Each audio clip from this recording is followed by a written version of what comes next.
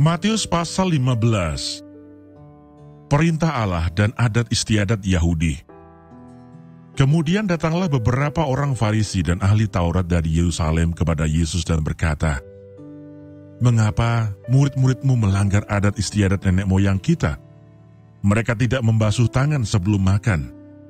Tetapi jawab Yesus kepada mereka, "Mengapa kamu pun melanggar perintah Allah demi adat istiadat nenek moyangmu? Sebab Allah berfirman, hormatilah ayahmu dan ibumu, dan lagi, siapa yang mengutuki ayahnya atau ibunya, pasti dihukum mati. Tetapi kamu berkata, barang siapa berkata kepada bapaknya atau kepada ibunya, apa yang ada padaku yang dapat digunakan untuk pemeliharaanmu, sudah digunakan untuk persembahan kepada Allah, orang itu tidak wajib lagi menghormati bapaknya atau ibunya. Dengan demikian firman Allah kamu nyatakan tidak berlaku demi adat istiadatmu sendiri. Hai orang-orang munafik, benarlah nubuat Yesaya tentang kamu. Bangsa ini memuliakan aku dengan bibirnya, padahal hatinya jauh daripadaku. Percuma mereka beribadah kepadaku, sedangkan ajaran yang mereka ajarkan ialah perintah manusia." Lalu Yesus memanggil orang banyak dan berkata kepada mereka, "Dengar dan camkanlah. Bukan yang masuk ke dalam mulut yang menajiskan orang, melainkan yang keluar dari mulut, itulah yang menajiskan orang." Maka datanglah murid-muridnya dan bertanya kepadanya, "Engkau tahu bahwa perkataanmu itu telah menjadi batu sandungan bagi orang-orang Farisi?" Jawab Yesus, "Setiap tanaman yang tidak ditanam oleh Bapa-Ku yang di sorga akan dicabut dengan akar-akarnya. Biarkanlah mereka itu. Mereka orang buta yang menuntun orang buta. Jika orang buta menuntun orang buta, pasti keduanya jatuh ke dalam lubang." Lalu Petrus berkata kepadanya, "Jelaskanlah perumpamaan itu kepada kami." Jawab Yesus, "Kamu pun masih belum dapat memahaminya? Tidak tahukah kamu bahwa segala sesuatu yang masuk ke dalam mulut turun ke dalam perut, lalu dibuang di jamban? Tetapi apa yang keluar dari mulut berasal dari hati, dan itulah yang menajiskan orang. Karena dari hati timbul segala pikiran jahat, pembunuhan, berzinahan, percabulan, pencurian, sumpah palsu dan hujat. Itulah yang menajiskan orang. Tetapi makan dengan tangan yang tidak dibasuh tidak menajiskan orang." Perempuan Kanaan yang percaya. Lalu Yesus pergi dari situ dan menyingkir ke daerah Tirus dan Sidon.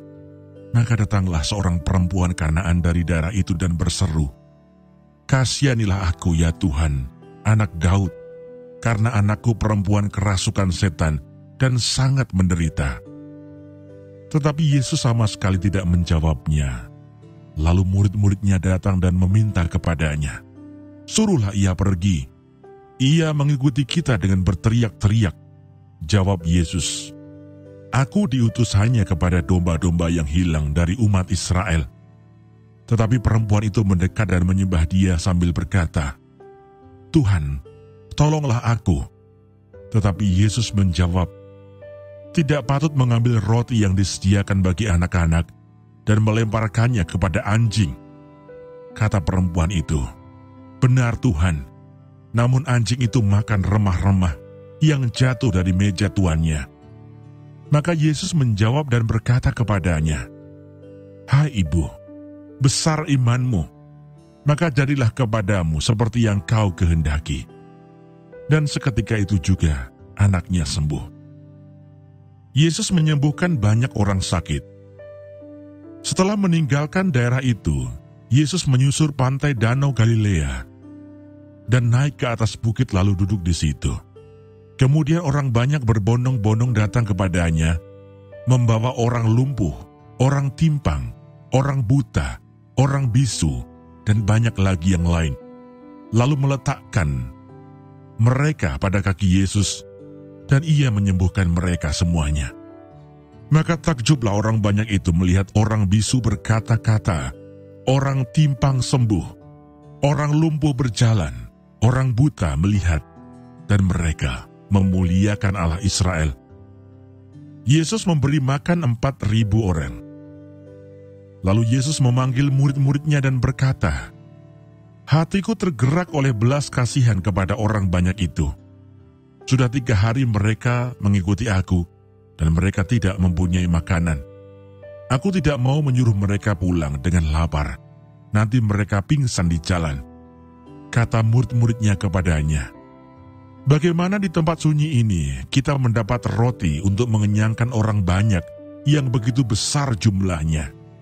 Kata Yesus kepada mereka, "Berapa roti ada padamu?" 7, jawab mereka. "Dan ada lagi beberapa ikan kecil." Lalu Yesus menyuruh orang banyak itu duduk di tanah.